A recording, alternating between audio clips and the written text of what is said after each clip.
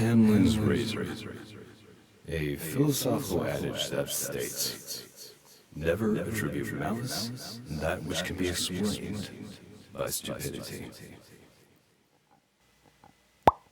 I want to talk about indie games for a second. What is an indie game? An indie game, short for independent video game, is a video game typically created by individuals or smaller development teams without the financial and technical support of a large game publisher. Because of their independence and freedom to develop, indie games often focus on innovation, experimental gameplay, and taking risks not usually afforded in AAA games.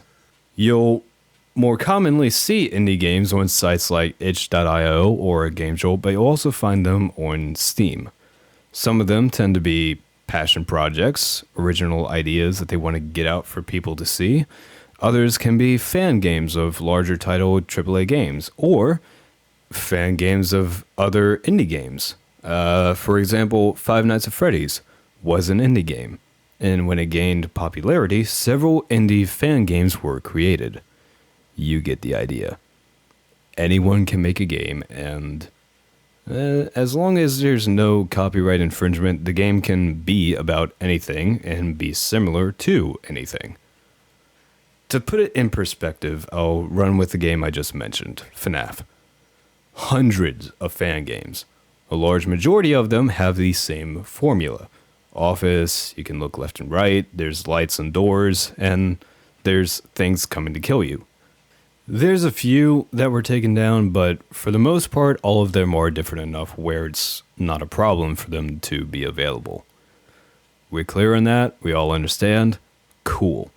So, this gentleman, returning viewers, appreciate you, by the way. Thank you for coming back. Know that I talked about him twice now, and I said in various comments, 2 was enough. I wasn't going to do any more. That's fine.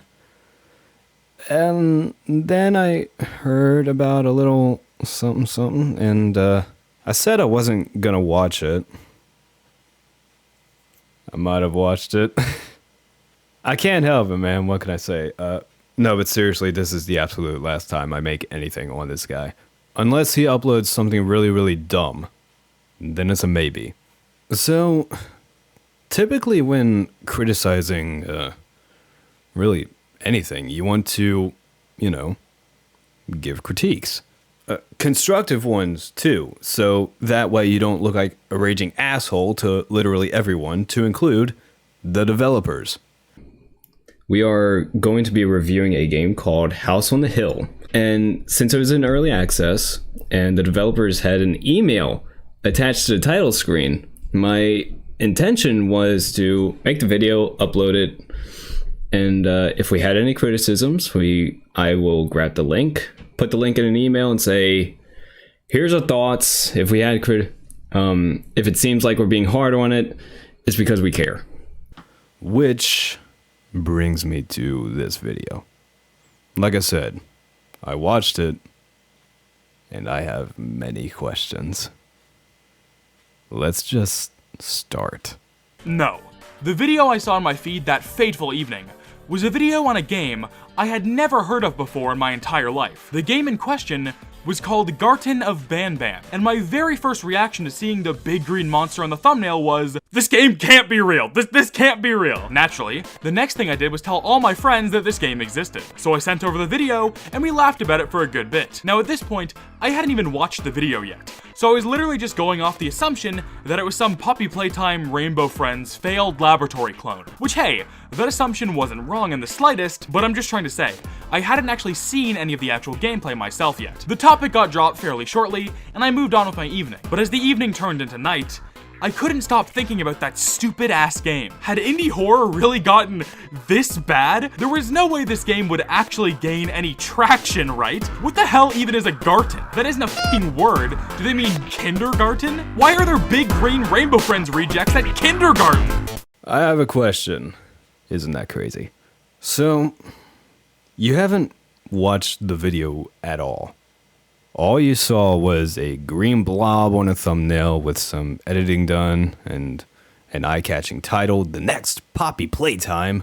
question mark. Now, I'm not a fan of Poppy Playtime. If that shocked anyone, raise your hand. Anyway, I'm not a fan of it, but, a Poppy fan game or even just a differently skinned semi-clone wouldn't surprise me. I mean, FNAF has literal hundreds of them. So I personally don't have much of a reaction about this little image here. So my question is, why are you having such an aggressive reaction to it? Like you said, you haven't seen the game yet. You just saw a picture. But I'm just trying to say, I hadn't actually seen any of the actual gameplay myself yet. Right, so you have absolutely no goddamn idea if the game was bad or not. All you saw was some dude's thumbnail and just flipped out. You saw a picture of a green blob, and your reaction was, "There's no way this game will gain any traction, right?" And had indie horror really gotten this bad, bro? What the fuck are you talking about? This bad from a thumbnail? You just saw a picture, dog. This is what we call an irrational reaction. How about you watch the fucking video before flipping your lid? Hey, hang on. What's this here?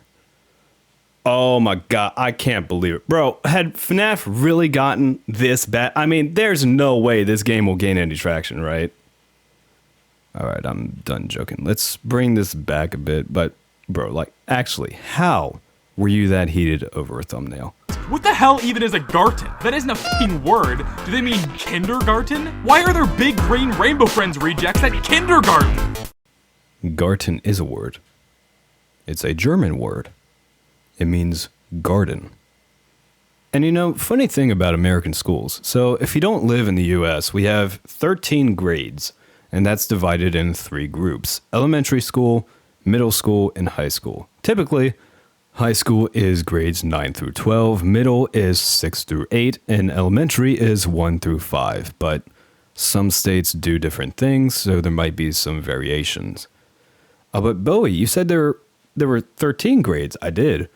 The 13th is the very beginning of elementary. Do you know what it's called? Kindergarten. Kind is the German word for child or kid. So if you combine the words Kindergarten, you have Garden of Children or something similar. Words are fascinating sometimes. You should look into some of them every now and then, sir. You might learn something. I'm not gonna spend time breaking down the whole game, because there's pretty much nothing to talk about here. This surprised me. I played the game. Are there criticisms that can be made? Yes. Would they be valid? Yes. Would it take too long to cover everything? No, I don't think so. It's very clear that you don't like this game. And for someone who spent an hour complaining about sister location, I would think a 5-minute game would be no problem for you. And like I said, I played the game myself. I know for a fact there are things to talk about and criticize. So I am very curious why you aren't doing that. Banban is one of the most nothing games I have ever played. And you don't need me to spend 5 minutes talking about why the drone mechanic is terrible and complete missed potential, or why the idea of the location being a kindergarten is completely wasted in favor of a stock Unity building with random pre-made assets thrown everywhere in an attempt to give this game some sort of visual identity, which, spoiler alert, it has none of. No, we probably don't need that, but you know who would? The developer. And you're not above criticizing games. And you clearly have stuff to talk about. So instead of just being a dick and shit-talking the game, you could give constructive feedback to who is very possibly a first-time developer. There was very minimal effort put into any of this. Originally, I had this whole big-ass game breakdown written going over all the gameplay and what was bad about it, but I just deleted the whole thing, because the game is genuinely not worth looking at in any sort of critical sense. Excuse the fuck out of you? Even the most trash, fanfiction-ass, poorly written, poorly executed, void of nothingness game in existence deserves fair criticism. because you don't know if the developers are just inexperienced or didn't have a clear direction to take the game, or didn't have a goal in mind, or maybe they wanted to release essentially a tech demo. You don't fucking know that.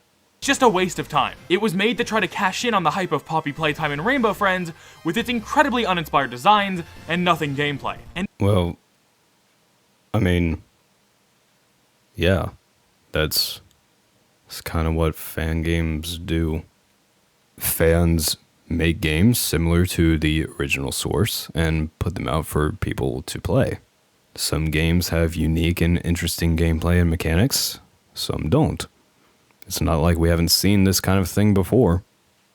even though the game is free, I can assure you that means nothing. A second game is already in the works. Why it's not a Chapter 2 as part of the same game is beyond me, because I highly doubt it'll have any major gameplay changes from the first one. The second game will 100% cost money, and just like Poppy Playtime, Garten of Banban has a merch shop on the title screen. There is pretty much no trying to hide it here. This game was a calculated move to try to take over the YouTube algorithm. Huh? That's the other part of this. Even if the Euphoric brothers, the developers of Banban, aren't making much financially from Banban right now, I highly doubt that was their main incentive right now anyway. The game being free means more people can play it, and the higher chance it has to take over YouTube and get exposure and popularity that way. Once those seeds are planted, they can easily capitalize monetarily in the future. This game was made for attention, and it was made for that sole purpose alone. Maybe if you proved that, I would be more willing to believe you. By talking about the game mechanics and shit you had written out before. What is this guy even complaining about? They made the game free to see what kind of attention it would get, make a merch shop, because, why not? And they're making a second game, and it'll probably cost money, as if it's a crime to want to make games that might be profitable. Like, what game developer have you ever heard of that doesn't want their game to be seen and played? And then what game developer doesn't want their games to make them money? Like, fucking honestly, if you're an indie developer and you have basically zero marketing ability, what is the best way to get your stuff known to the masses? YouTubers. Get fucking YouTubers to play it and pray you get lucky enough and have it explode. Honestly, I can't be mad at that. It obviously fucking worked for them. Maybe if you went into why the game was uninspired and just how the mechanics were bad and all that, maybe I'd be able to see why them making a profit off of them is a bad thing.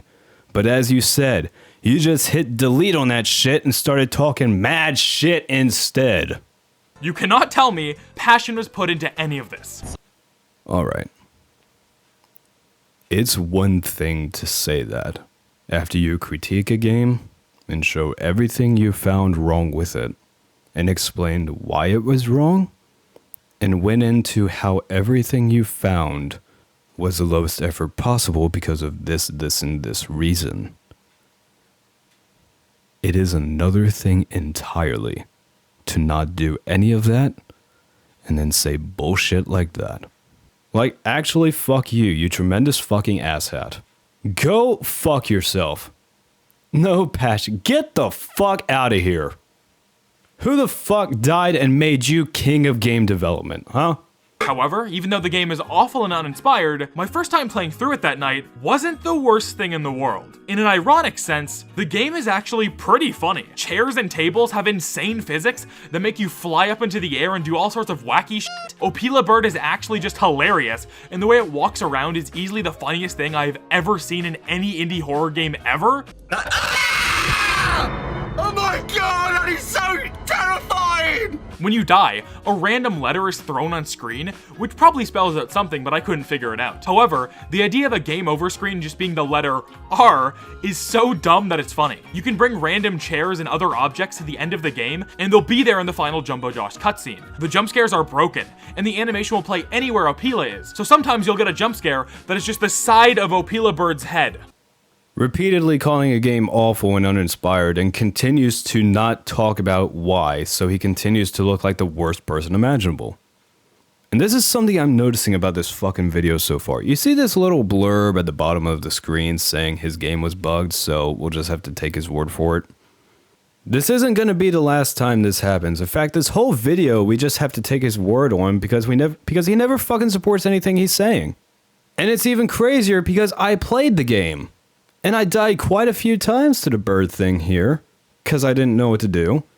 And none of what you described happened to me. I'm just thinking what he said about the physics and the bird walking animations. That's just physics animations. That's why they're derpy. And they probably didn't even set the physics settings for anything of their thing. They just pulled the asset in and left whatever physics already had. Yeah, that's why I'm thinking lack of experience. Yeah. Or they didn't care enough. Oh my god, that is so terrifying! When you die, It's just a bird. It's like, all right, calm down. anywhere Uhyeah is. So sometimes Footage of this corrupted, so take my word, lol. I love that. He makes a claim, has no way to fucking back it up. And it's too much work to go play the game again so that you can get it. here to enjoy, but absolutely not in the way the devs intended you to do so. And while everything I said before is still true, I somehow left my playthrough of Garten of Banban not feeling terrible, and instead remembering it as more of a comedic and fun experience. And that was the end of it. I hopped out of my voice call and went to bed. Even though Fusion made a video on the game, I didn't really expect many other big YouTubers to do so. I only recorded my first playthrough just in case the game randomly blew up, but I highly doubted it. There had been lots of attempts before this game to make the next big indie horror craze, but many of them just didn't catch on. I was pretty confident that Garten of Banban would be completely irrelevant within a couple of days, and that it would just fade away into obscurity. Funny thing I was sleeping, huh? Because all of that was a dream. What actually happened is completely different. When I woke up the next morning, the first thing I did was check YouTube again. What I saw on my feed made me double check I was even awake. Like, this is pinching your skin to make sure you're alive awake. Because Super Horror Bro had uploaded a Garten of Banban video. My first instinct was to screenshot the video along with Fusion's and go to Twitter. I posted a random throwaway tweet with that screenshot and went on with my day. And then he made a Twitter post before this video saying it feels like the game is gaslighting people and just shows a screenshot of two YouTubers playing the game, refuses to elaborate. Bro, what drugs are you actually on? Because there's no way a rational human has this line of thinking. I accidentally created a viral tweet. Tons of replies, quote retweets, the whole shebang. The reason for this is because everyone else was starting to notice Garten of Banban, and more creators slowly dropped videos on it throughout the day. You'd think my involvement with the story would end here, but surprisingly, something that didn't even happen on Twitter ended up taking over Twitter for multiple days straight. That was #BirdUp. I want you to remember he said this. I will bring it up again later. He tells a story, so I'll just recap it so I'm not playing his video too long. He thought one of the monster models was funny and took a screenshot and put it in a private group chat he had with some people talking about the game, along with the words "bird up," referencing something that I've never heard of before and really don't care about. Then, one of the people in that chat took a screenshot of the picture and his message and put it on Twitter, and it trended for a bit, and the devs saw it. And then he talked about stuff that happens on Twitter for a bit. I honestly got nothing for this because I'm not on Twitter, nor do I care about Twitter. But I'll tune us back in for this. So now Garten of Banban was not only starting to see success on YouTube in an unironic way, my tweet about the game somehow looped back around into all of Twitter, ironically finding this stupid bird hilarious. This also led to a few people on Twitter calling the game satire, and that it had to be a joke. However, personally, I highly doubt this is the case. You're gonna have to take my word for this because the Euphoric brothers kind of backpedaled, but on the announcement post for the game on Twitter, they were originally hiding replies that were making fun of the game. Sadly, I can't show you this because they actually went back and unhid all the replies, but this is pretty concrete proof in my eyes that they were making this game unironically. All right, we got a few things here. Firstly, I don't think your use of the word ironically there was correct. Nitpick, but I don't care anymore. Secondly, this is the one other time where you'll just have to take his word on this massive claim that game devs were hiding tweets, but he conveniently can't prove it. I'm not saying anything. I am just pointing that out. Okay? Thirdly, and this is probably the more important thing, if you saw that they were hiding replies, why did you never once screenshot that? Because apparently you can still access hidden replies through the hidden reply icon, which shows up on the original post when there are hidden replies. I'm just going off what fucking Google says because I'm not on Twitter. Actually have no idea how all of that works. But no, we only took screenshots after the devs unhid the replies. But I'm not going to go too heavy into Twitter stuff. I mean, there's a reason why I don't want to be on there. Fucking toxic cesspool. And fourthly, why are you acting like them wanting you to take their game seriously is a bad thing? If it's a shit game, it's a shit game, but they're allowed to want people to take it seriously. If you want to argue that they were hiding tweets ironically as part of the joke, then why wouldn't they just keep them there? Them unhiding the tweets just makes it seem like they're trying to seem less butthurt about the whole thing. Ah, so the butthurt now. Okay, yeah, let's insult them too while we're at it. Why not? All of this Twitter discourse leads into the title of the video. This game tricked everybody, from every angle, and here's how. First off, the simple basic monster designs, mixed with the similar traits from Rainbow Friends and Poppy Playtime, made this a prime game for YouTubers, who do nothing but play these kinds of games. Okay, so this game tricked everyone because they wanted it to appeal to YouTubers who will play their game and basically give them free advertising.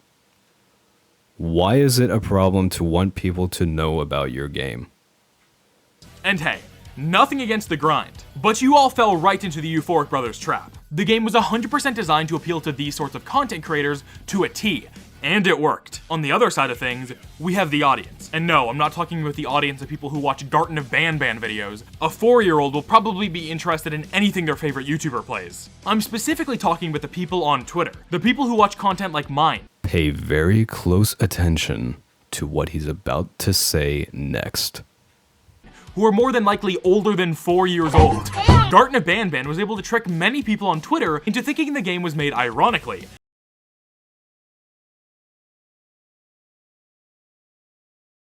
And even if it was made ironically, then it still succeeded in tricking everybody else in the camp that it was made unironically. Whatever way you look at it, Garten of Banban tricked the internet. It tricked me and thousands of others into memeing Uhyeah bird into relevancy. Buddy. Brother. My guy. I got some news for you.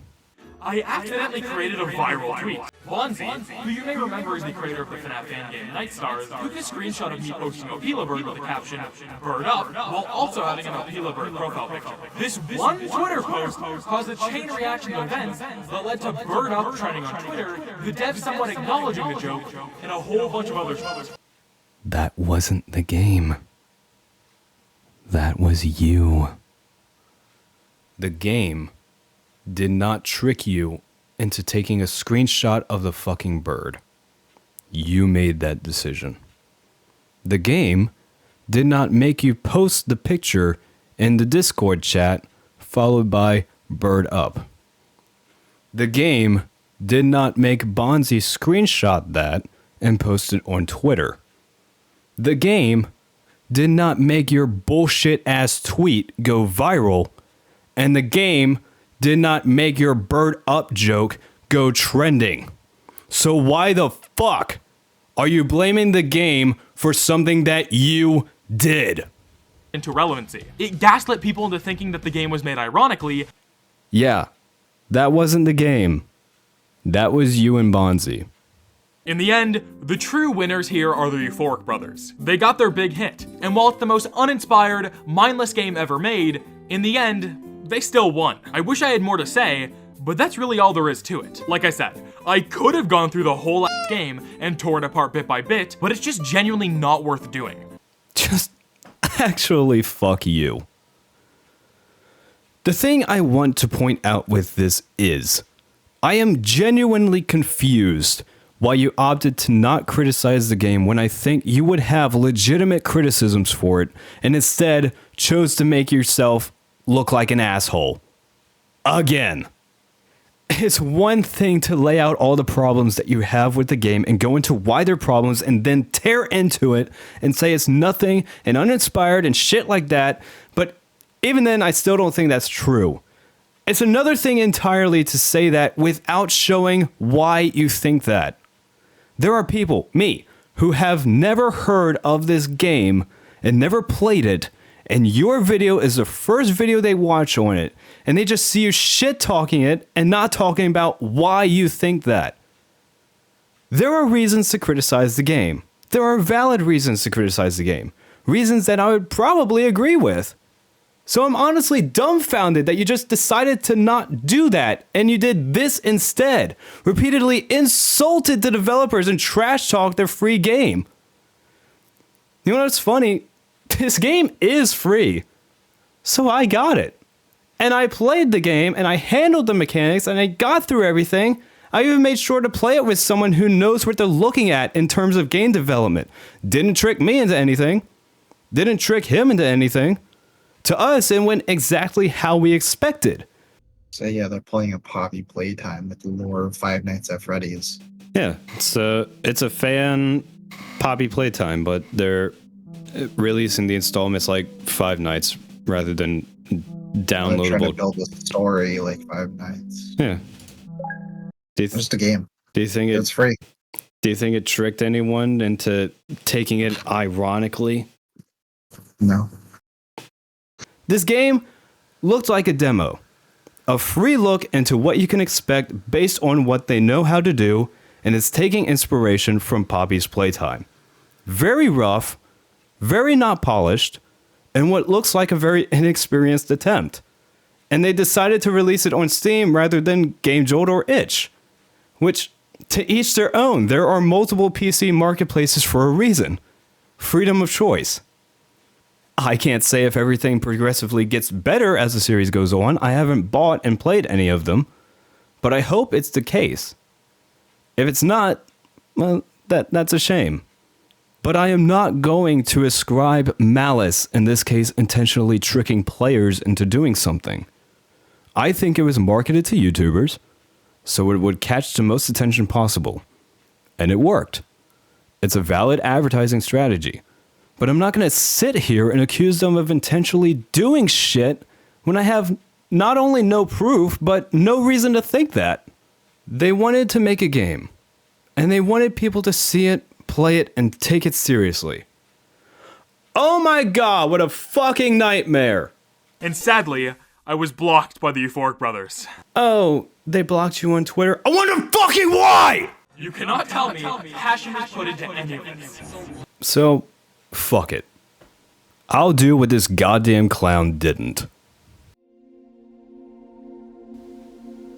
This game is very short. It very much feels like a demo or introduction or very short indie horror game that was made either with not a lot of experience or not a lot of time, but they still have a vision in mind. The game takes place in a kindergarten, albeit a very strange kindergarten, but that's what it is. And inside we have these mascots, Banban, Bambolina, Jumbo Josh, Stinger Flynn, Apila Bird, and Captain Fiddles. Now, obviously this being the game that it is, we don't have a lot of information into what happened here, but through the environmental storytelling presented to us through the notes and the bird feet on the wall and the blood on the big guy's hand, it's pretty easy to get the impression that something very, very bad happened.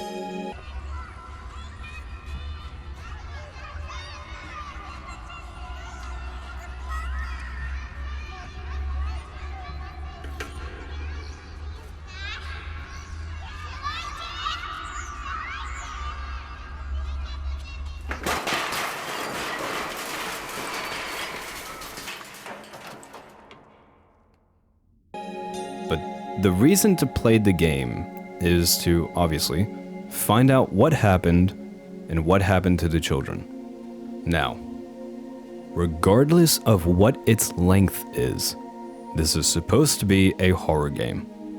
There was very little that I found scary. Let's talk about Poppy's playtime for a minute. It does something that a lot of these games will do. It takes an environment that people are somewhat familiar with, in this case, a factory. A place where toys and fun, cheerful things are made. Suddenly, we turn the lights off, and the environment can become unsettling. And then we make small changes, like when Huggy is there, and then he's gone.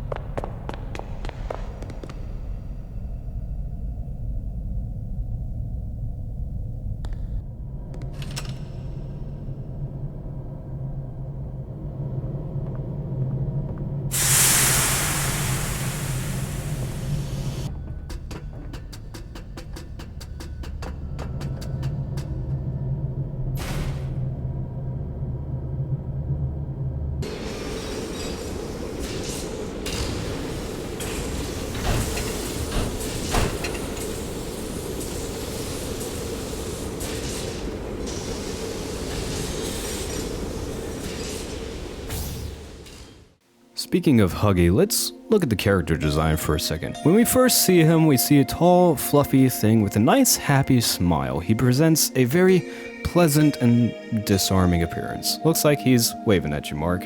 Say hi. And the next time we see him, he has a whole set of teeth and slowly walking towards us. Well, that doesn't exactly do it for me, but I can still see how this is spooky. And then the segment with the vents, and you can see how he is moving very quickly towards you and making a lot of noise. If you're immersed, it's tense, heart-pounding, and creepy, especially with how he moves. I mean, yeah, I can see how that works. That's in the first chapter of Poppy Playtime. So, let's see the first, for simplicity's sake, I'll call them chapters. The first chapter for this series. Since the environment is very rough and bare, there isn't that same sense of polish, and therefore not a whole lot of an environment to be immersed in. We already don't really have much to scare the player. Remember, for the greatest effect, you need your player immersed, so we need tension and atmosphere. Requirements that, unfortunately, just don't really seem to be that present in the game. Let's talk about the monsters. We have the bird and the big dude. Once again, not the same amount of polish, and we know why. I suppose the bird can be creepy, I guess. I mean, it doesn't look right, but...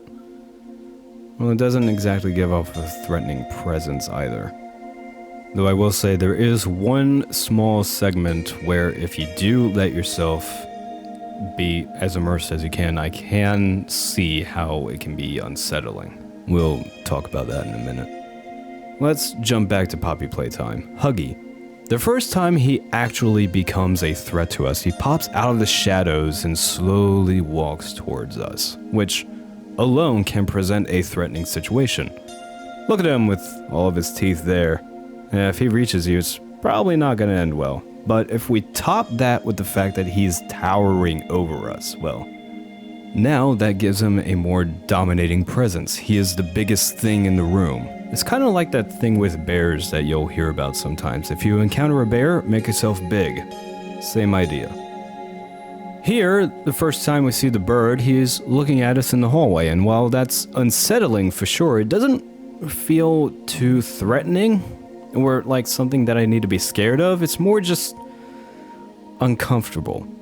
And then the next time we encounter it when it's active is here. Now, let's talk about this part for a bit. Funny thing, I really didn't know what to do, and I kept thinking that it was going to act like the typical monster. I thought it was going to chase me, so I jumped on the rail to juke it and make it to the seat and get out of there. Not what I'm supposed to do. I'm supposed to stand there and have my drone press a button, and it'll just politely wait.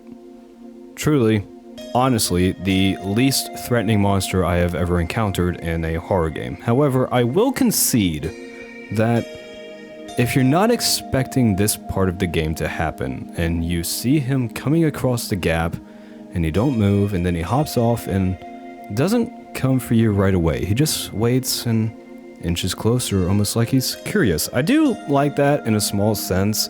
It's interesting to see, but I still maintain that, for me at least, it didn't really feel threatening once I saw he didn't attack right away. And then there's the big green dude, Jumbo Josh, and yeah, not very threatening. He's just a big green blob and he's at the end of the game. I'm not going to talk about the jump scares. It has the same issues that I have with jump scares in general. So overall, yeah, it's not a great first attempt. There's definitely room for improvement. I just hope the other games had that kind of improvement. If they didn't, then like I said, that's unfortunate. But I have no reason to claim that they're doing it solely for a cash grab. It's a very short game, but last time I checked, games didn't have time requirements. The experience can be as long or as short as the developers want it to be. And even after all of that, I can still see that there's an idea behind it. They clearly have some kind of direction that they want to take this. I just find it incredible how much of a dick you are here. Just like it was incredible how much of a dick you were to Arjak. I don't know what the future holds, but I know one thing is for damn certain. I am never going to talk to you. Ever. And you know what? I'm not done yet, because I just thought of this. You showed Markiplier's video that's 21 minutes long, and you put your little fucking pedantic remark down there at the bottom saying, how did he stretch it to 21 minutes? Remind me, how long did your first run take? Now, my first playthrough was more like 40 minutes, but that's just because I didn't know what the hell I was doing at the start. 40 minutes, that's fucking crazy. And mine took 35 because I was looking around and then I got caught up because, like you, and like Mark, I didn't know what to do. And I will be posting the raw, unedited playthrough on my second channel, Bowiehunter Offline. Speaking of Mark, I saw in the comments someone said, quote, the fact that Markiplier said it was a genuinely good game and that he liked it for that reason is mind-boggling to me. For anyone who didn't see his video, do you want to see what he actually said? Ah, good. That was great. I thought that was great. That was fantastic. The Garten of Banban. Of Banban. The Garten of Banban. Really good. Really good stuff. Really high quality stuff. I like that a lot. I like that so much. I can't wait for Garten of... too loud. Get out of here. I can't wait for Garten of Banban 2. You know, I like Mark, but I think overall Jack had the fairest little blurb at the end of his video.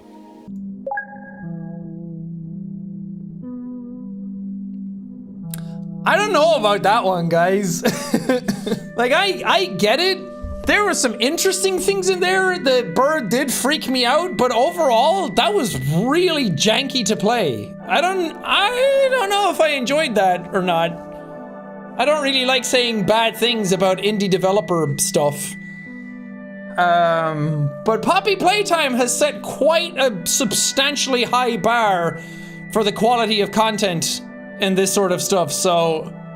I think it is incredibly fair to not like this game, and I can understand why. Side note, I absolutely love that I had the exact same reaction as Mark and Jack here. An army, just put it above your head. Hello there. Fly the drone into it.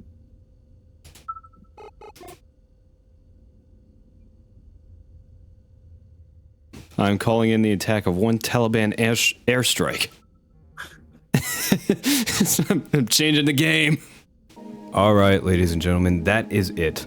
I am done talking about Uhyeah. I have got to move on to something else. But that just leaves the question of what else I have that I'm working on. Well, let me give you a little peek. If you're not interested, you can go ahead, head out. I'll see you in the next video. Thank you for watching. Now, for everyone who stayed, I currently have a few scripts in progress. One going over a conversation I had with someone about some Star Fox fanfiction. I promise it's more entertaining than it sounds. I have a script going over self-insert fanfictions and looking at an example, also Star Fox fanfiction.